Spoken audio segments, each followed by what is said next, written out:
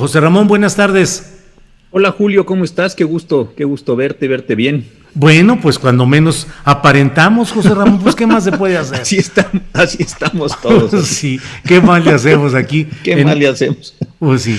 Oye, me llamó mucho la atención el título del libro, Biografía Judicial del 68, y el contenido, porque pues pocas veces nos metemos a analizar con cuidado el comportamiento de las instituciones judiciales respecto a acusaciones contra personas, contra ciudadanos que ejercen sus derechos políticos y son detenidos y procesados por el Estado. ¿Qué encontraste en este libro? ¿Qué significa? ¿Qué plantea, por favor? Sí, claro. Mira, creo que todos nosotros, pues al menos gente de nuestra generación, ha estado analizando desde hace muchos años qué pasó en el 68 y lo han analizado de formas muy diversas, los sociólogos, los politólogos, los historiadores, y desde el lado de la literatura creo que hay prácticamente todos los géneros en este caso. Yo cuando me puse a analizar qué trabajos había sobre el 68 me encontré un trabajo de Teresa Yardí, otro de Manuel Becerra, otro de Jorge Carrasco y otro más de El Búho, ¿te acuerdas aquel personaje muy conocido del 68? Sí, Eduardo Valle Espinosa, que compiló una gran cantidad de documentos, pero no era propiamente un libro, sino una compilación muy útil por lo demás de documentos. Entonces me pareció interesante decir, bueno, y exactamente lo que tú dices, pero ¿qué pasó al nivel institucional, más allá de los macanazos, más allá de las muy desafortunadas muertes? ¿Cómo se fue armando esta historia? Y una vez que los expedientes de la guerra sucia en general se abrieron, pues me puse a trabajar en esto. Son 60 tomos, muy extensos, cada uno de ellos de muchas páginas. Y entonces empiezo con el tema del 68, el 26 de julio, ¿te acuerdas? Después de la marcha de Salto del Agua al hemiciclo con motivo del aniversario de la toma del cuartel de la Moncada, donde se empiezan a detener personas. Termina esto con una sentencia que se dicta en noviembre del 70, poco antes de que el presidente Echeverría tomara posesión del cargo, y el libro termina con con las liberaciones que se dieron a partir del 26 de diciembre del 70, ya con el presidente Echeverría en el cargo, donde, como recordarás, las personas no se liberaron de una manera formal, no se les dijo, está usted indultado, está usted amnistiado, simplemente se les fue dejando salir para efectos de decir, pues vaya a un lugar, escoja un país, aquí está el dinero, pero no queremos que siga más en la cárcel. Entonces, algo que empieza el 26 de julio del 68, termina en los primeros meses del 71, con esta forma tan extraña, hay que decirlo, de liberación de personas. Entonces, todo ese arco histórico es el tema. Y para darle una narrativa, porque de repente pues hay partes que tienen mucho que ver con el derecho y el derecho no siempre es algo muy digerible para todos, le di esta idea de nacimiento, crecimiento, muerte, y al final mis conclusiones las planteé en un capítulo que le llamé Epitafios, tratando, insisto, de hacer esta línea como vital de todo el expediente, Julio. Doctor Cosío, lo que encontraste muestra en términos documentales y jurídicos el uso del poder institucional, del sistema de derecho para cumplir consignas del poder político, es decir, en ese caso, de la Presidencia de la República? Sí, absolutamente. Fíjate que sí, esta es una parte que de verdad hay algunos elementos, ahora te digo cuáles, que me parecían tan inverosímiles que yo mismo decía, creo que no estoy entendiendo lo que estoy leyendo o le estoy dando una interpretación. Al final se me ocurrió en este capítulo que te digo que se llama Epitafios, hacer una reflexión de dos formas. Uno, le puse, hace 50 años, me coloqué en la posición de un jurista medio de aquel tiempo, leí por supuesto todos los libros que se estaban publicando en aquellos años, autores muy distinguidos que explicaban qué sucedía, me coloqué en la posición del Código Penal, de la jurisprudencia que había emitido la Corte en aquellos años, y con esos ojos, con los ojos de hace 50 años, juzgué el expediente, y desde luego no satisface los propios criterios que entonces estaban vigentes. Mira, se va armando esto. A mí la impresión que me dio es que esa noche, el 26 de julio, empiezan a detener a personas simpatizantes o en general estaban involucradas con el Partido Comunista y las Juventudes Comunistas de México. 3 días después terminan prácticamente de detener a este tipo de personas. Esa es como una primera etapa. Luego en agosto se abre una segunda averiguación previa y ahí ya empiezan a detener sobre todo a estudiantes que estaban involucrados con el movimiento. Hay una cuarta averiguación que detiene a profesores, simpatizantes y estudiantes, en el mes de septiembre. Entonces, ya cuando para el 2 de octubre, pues prácticamente ya todos tenían órdenes de aprehensión o estaban detenidos. Es cierto que las órdenes de aprehensión se estuvieron ejecutando hasta mayo del 69, ahí es cuando detienen a las últimas personas. No fue de las últimas, pero te acordarás del ingeniero Eberto Castillo, que fue detenido en ese año de 69. Entonces, esta es la impresión. Pero si ves ya el expediente conjunto, empiezan con delitos relativamente simples: daño en propiedad ajena, ataques a las vías generales de comunicación, que sin duda se dieron pues porque se rompieron casetas, se quemaron autobuses, se rompieron ventanales de los edificios públicos. Pero esto va creciendo y de repente aparece sedición, y motines, acopio de armas, homicidios a agentes de la autoridad. Es decir, esto empieza a crecer en la narrativa gubernamental y de repente pues están tirando una red de 10 delitos, 10 delitos para poder detener a todas estas personas. Desde luego a muchos los detuvieron en condiciones que ya para los estándares de la época no eran satisfactorios, no había flagrancia, no había caso urgente que estaba ya previsto en la Constitución, fueron consignados de mala manera. Pero lo que es realmente interesante es la forma en que integran primero la averiguación previa y después el expediente. ¿Por qué lo digo? Porque son básicamente informes de la Policía Judicial diciendo que estos agentes de la Policía Judicial vieron cosas inverosímiles, porque 4 agentes trabajan durante 2 días seguidos, presentan un informe donde vieron cosas que pasaron en la Ciudadela, en el casco de Santo Tomás, en Zacatenco, en Ciudad Universitaria, bueno, una cosa así. Y claro, cuando llegan a los careos con los procesados, maestros, estudiantes, o cuando se enfrentan con sus abogados, pues estas personas no saben ni lo que están diciendo, y algunos de ellos inclusive confiesan que firmaron los informes porque les dijeron que los firmaran, aun cuando ellos no los habían elaborado. Luego hay pedazos de periódicos, como si el articulista X o Y, todos aquellos muy conocidos de la época, afirmaban cosas y la autoridad tomaba como válidas estas afirmaciones. Entonces hay esa narrativa. Pero te voy a decir algo que a mí sí me dejó sorprendido y me costó mucho trabajo asimilarlo. Sí. En las conclusiones acusatorias del Ministerio Público hay 2 momentos que son increíbles.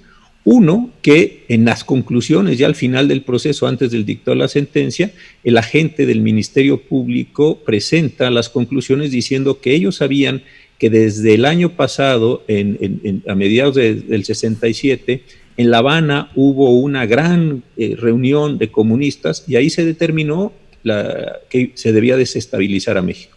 Entonces ahí está, como digamos, la condición material. Y luego, esto todavía es más sorprendente, el carácter radical, el carácter desestabilizador, el carácter verdaderamente destructivo de las instituciones, el Ministerio Público lo infiere o lo extrae de lo dicho por el presidente Díaz Ordaz en el informe presidencial del 1 de septiembre de 1968. Entonces, si tú dijeras, oye, ¿cómo sabían ustedes que este era un movimiento subversivo? Pues porque lo dijo el presidente Díaz Ordaz el 1 de septiembre del 68. Yo de verdad te digo, esto sí me costó mucho trabajo comprenderlo, pensé que mi lectura era equivocada hasta que lo estuve reconstruyendo y efectivamente es así. Entonces, como tú ves, pues son unas irregularidades increíbles las que están expuestas a lo largo del expediente. Dentro del análisis que haces documental de todo este proceso, ¿encontraste algo que nos pueda ayudar a precisar cuántos fueron los muertos en el 68? No, realmente no, porque el expediente, yo te diría que toda la averiguación está armada y todos los hechos prácticamente están constituidos antes, y mira qué buena pregunta, antes del 2 de octubre ya estaba todo prácticamente determinado. No hay actos de la autoridad posteriores. De hecho, la cuarta averiguación, la última de ellas, es previa al 2 de octubre, ya estaba determinada la cuarta averiguación, y entonces ya estaban constituidos todos estos elementos.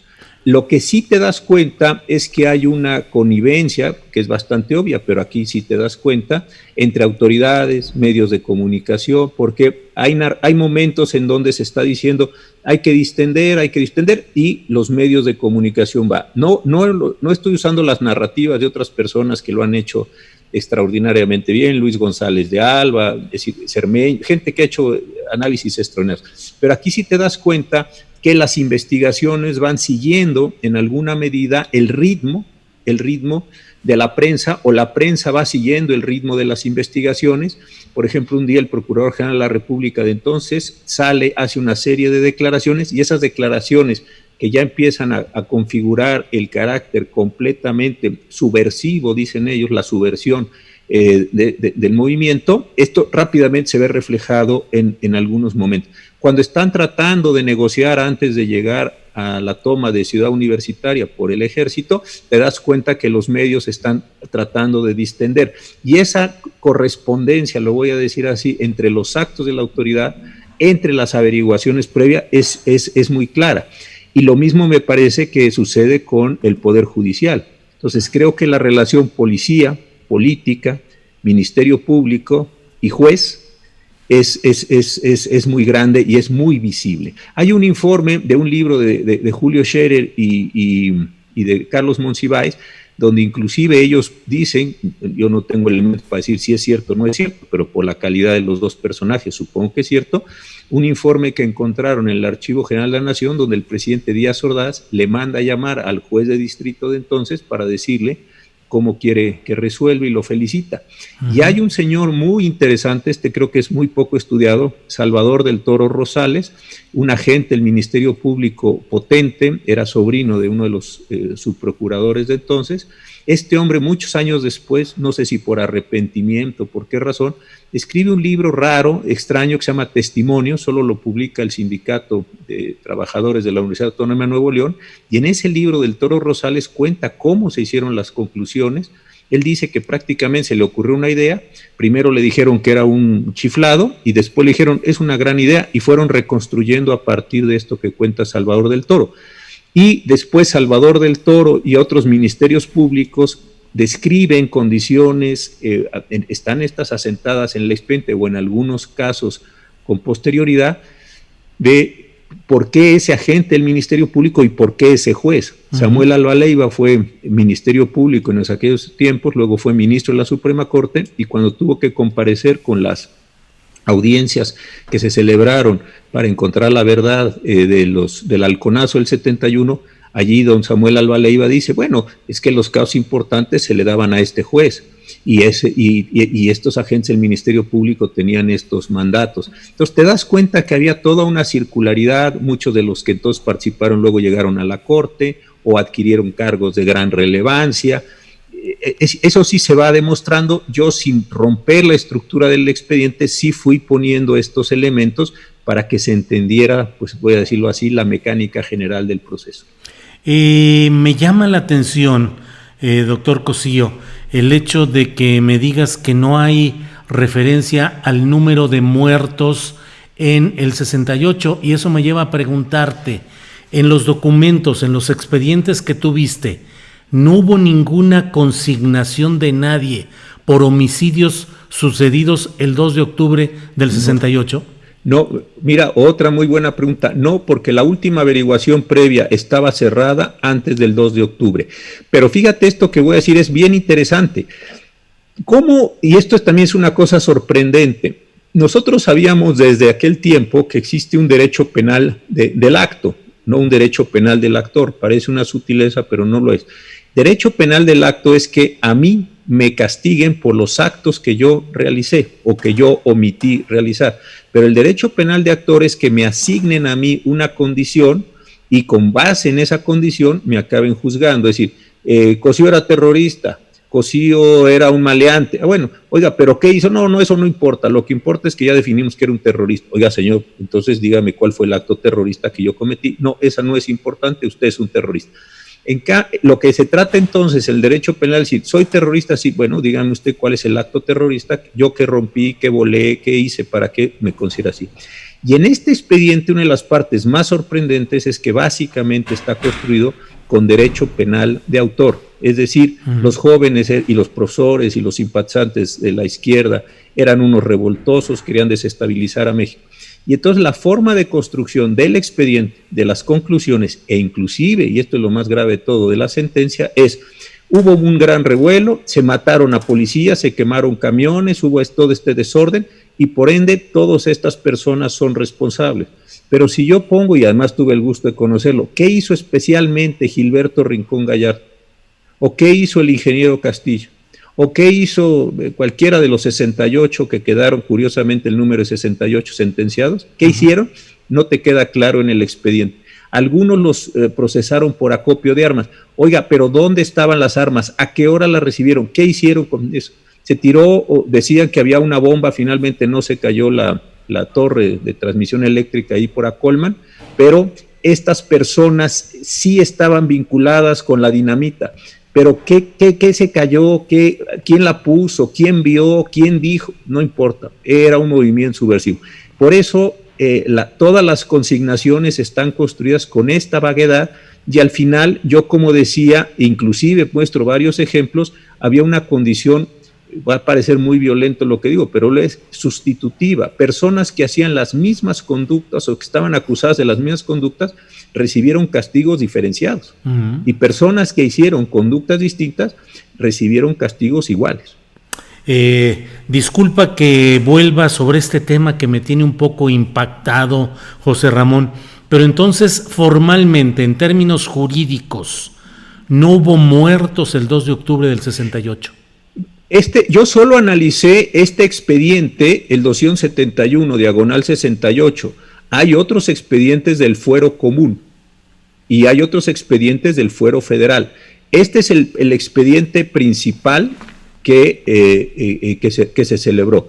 Este empieza con la detención, y es el primero, con Arturo Sama, que está vinculado con la izquierda, y termina a lo mejor con la Nacha o con alguna de las chicas entonces que estuvieron metidos en esos procesos. Son todo lo que se refiere al movimiento. Esta averiguación, la última, está abierta en el mes de septiembre, de forma tal que no podía considerar los hechos del 2 de octubre.